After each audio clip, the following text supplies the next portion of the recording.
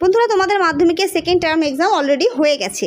এবারে তোমাদের টেস্ট এবং ফাইনাল পরীক্ষার জন্য প্রিপারেশন শুরু করে দেওয়া উচিত, কারণ মেন পাখির টার্গেট তোমাদের হবে ফাইনাল পরীক্ষা, যেটা তোমাদের 2026 সালের মাধ্যমিক পরীক্ষা হতে চলেছে।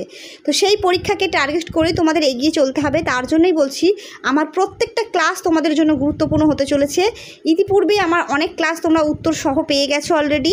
এবারেও তোমরা প্রত্যেকটা সাবজেক্টের উত্তর সহ এখানে নোটস পাবে, ফ্রি অফ কস্ট নোটস পাবে। যারা যারা ইতিহাসের নোটস নিতে চাইছো, সম্পূর্ণ ইতিহাসের নোটস, সেটা তোমাদের কিনতে হবে মাত্র 99 টাকায়। সেটা তোমরা আমার হোয়াটসঅ্যাপ গ্রুপ থেকে পেয়ে যাবে। তবে বাকি যে সাবজেক্টগুলো রয়েছে সেগুলো কিন্তু তোমরা সম্পূর্ণ ফ্রি পাবে। সম্পূর্ণ ফ্রিতে বাকি সাবজেক্টগুলো নোটস পাবে হোয়াটসঅ্যাপ গ্রুপেই। একবার নোটস কিনতে হবে তোমাদের মাত্র 99 টাকায়, সেখানে শুধু ইতিহাসের সম্পূর্ণ নোটসটা পাবে, আর বাকিগুলো তোমরা ফ্রি অফ কস্ট একেবারে ফাইনাল পরীক্ষা পর্যন্ত সমগ্র নোটস পিডিএফ আকারে পেয়ে যাবে। যারা যারা এই সুযোগটা নিতে চাইছো, আমার স্ক্রিনে দেওয়া হোয়াটসঅ্যাপ নাম্বারে যোগাযোগ করতে পারো। ওকে, তো চলো আজকে আমরা প্রথম অধ্যায় থেকে, অর্থাৎ জীবজগতের নিয়ন্ত্রণ থেকে, জীবনবিজ্ঞানের মাধ্যমিকের জীবনবিজ্ঞানের তোমাদের যে প্রথম অধ্যায় রয়েছে জীবজগতের নিয়ন্ত্রণ ও সমন্বয়, এই অধ্যায় থেকে আমরা মোট 30টা আজকে শর্ট টাইপ প্রশ্ন দেখে নেব উত্তর সহ। এইভাবে উত্তর সহ কিন্তু তোমরা খুব একটা সমগ্র চ্যানেলে পাবে না। আমার এই চ্যানেলে তোমরা ছোট থেকে বড় সমগ্র উত্তর পেয়ে যাও ফ্রি অফ কস্ট। ঠিক আছে, এই ইউটিউবে কিন্তু তোমার সম্পূর্ণ ফ্রি অফ কস্ট সম্পূর্ণ উত্তরগুলোই তোমরা পেয়ে যাও। এবার যাদের মনে হয় একসঙ্গে সমগ্রটা নেব, তাদের জন্য শুধুমাত্র ইতিহাসের নোটসটা একসঙ্গে কিনতে হয়। ঠিক আছে, তো চলো আজকের প্রথম প্রশ্ন দেখে নেওয়া যাক। একেবারে আমরা শুরু থেকে শুরু করছি। নিয়ন্ত্রণ বলতে কি বোঝায়? জীবদেহে বিভিন্ন কার্যকলাপ নির্দিষ্ট নিয়মে ঘটানোকে নিয়ন্ত্রণ বলে। সমন্বয় বলতে কি বোঝায়? জীবদেহের বিভিন্ন অঙ্গের কার্যকলাপের মধ্যে সামঞ্জস্য স্থাপন করাকে সমন্বয় বলে। মানবদেহে নিয়ন্ত্রণ ও সমন্বয়ের প্রধান দুটি ব্যবস্থা কি?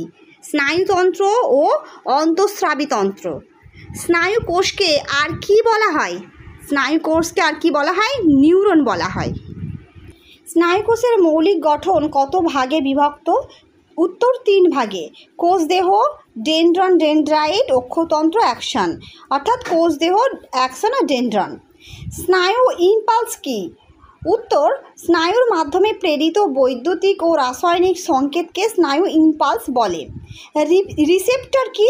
রিসেপ্টর হলো পরিবেশ থেকে উদ্দীপনা গ্রহণকারী বিশেষ গঠনকে রিসেপ্টর বলে। এরপর দেখব ইফেক্টর কি? স্নায়ু ইম্পালস পেয়ে সাড়া প্রদানকারী অঙ্গ বা পেশি গ্রন্থি হলো ইফেক্টর। স্নায়ুতন্ত্রের 2 প্রধান অংশের নাম লেখো। কেন্দ্রীয় স্নায়ুতন্ত্র ও পার্শ্ববর্তী স্নায়ুতন্ত্র। কেন্দ্রীয় স্নায়ুতন্ত্রের অংশ কি কি? মস্তিষ্ক ও মেরুদণ্ড। মস্তিষ্কের প্রধান 3টি ভাগের নাম লেখো। সম্মুখ মস্তিষ্ক, মধ্য মস্তিষ্ক, পশ্চাৎ মস্তিষ্ক। নেক্সট প্রশ্ন, মানব মস্তিষ্ক কোন অস্থির দ্বারা সুরক্ষিত? করটির দ্বারা। মস্তিষ্ককে আচ্ছাদিত ঝিল্লির নাম কি? মেনিনজিস। মেরুদণ্ড কোন অস্থি দ্বারা সুরক্ষিত? কশেরুকা দ্বারা। মেরুদণ্ডের সুরক্ষাকারী তরলের নাম কি? Cerebrospinal fluid. শর্ট করে আমরা বলতে পারি CSF।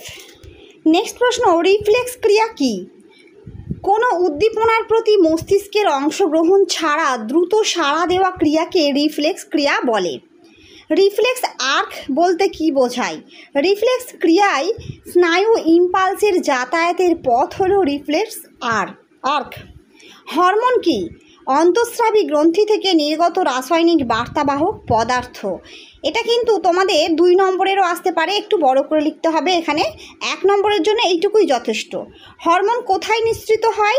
সরাসরি রক্তে নিঃসৃত হয়। মানবদেহে প্রধান অন্তঃস্রাবী গ্রন্থির নাম লেখো। পিটুইটারি, থাইরয়েড, প্যারাথাইরয়েড, অ্যাড্রিনাল, অগ্নাশয়, গোনাড। থাইরয়েড গ্রন্থির নিঃসৃত হরমোনের নাম কি? থাইরক্সিন। থাইরক্সিনের কাজ কি? বিপাক ক্রিয়া নিয়ন্ত্রণ করা। ইনসুলিন কোন গ্রন্থি থেকে নিঃসৃত হয়? অগ্নাশয় থেকে। ইনসুলিনের কাজ কি? রক্তের গ্লুকোজের মাত্রা নিয়ন্ত্রণ করা। অ্যাড্রিনালিন হরমোনের কাজ কি? জরুরি অবস্থায় শরীরকে প্রস্তুত করা, অর্থাৎ ফাইট আর ফ্লাইট প্রতিক্রিয়া। পিটুইটারি গ্রন্থিকে কেন মাস্টার গ্রন্থি বলা হয়? এটি অন্যান্য গ্রন্থির কার্যকলাপ নিয়ন্ত্রণ করে, তাই এটিকে মাস্টার গ্রন্থি বলা হয়, পিটুইটারিকে মাস্টার গ্রন্থি বলা হয়। অতি ইনসুলিন ক্ষরণে কি হয়? হাইপোগ্লাইসেমিয়া হয়। অল্প ইনসুলিন ক্ষরণে কি হয়? ডায়াবেটিস মেলিটাস হয়। থাইরক্সিনের অভাবে শিশুদের কোন রোগ হয়?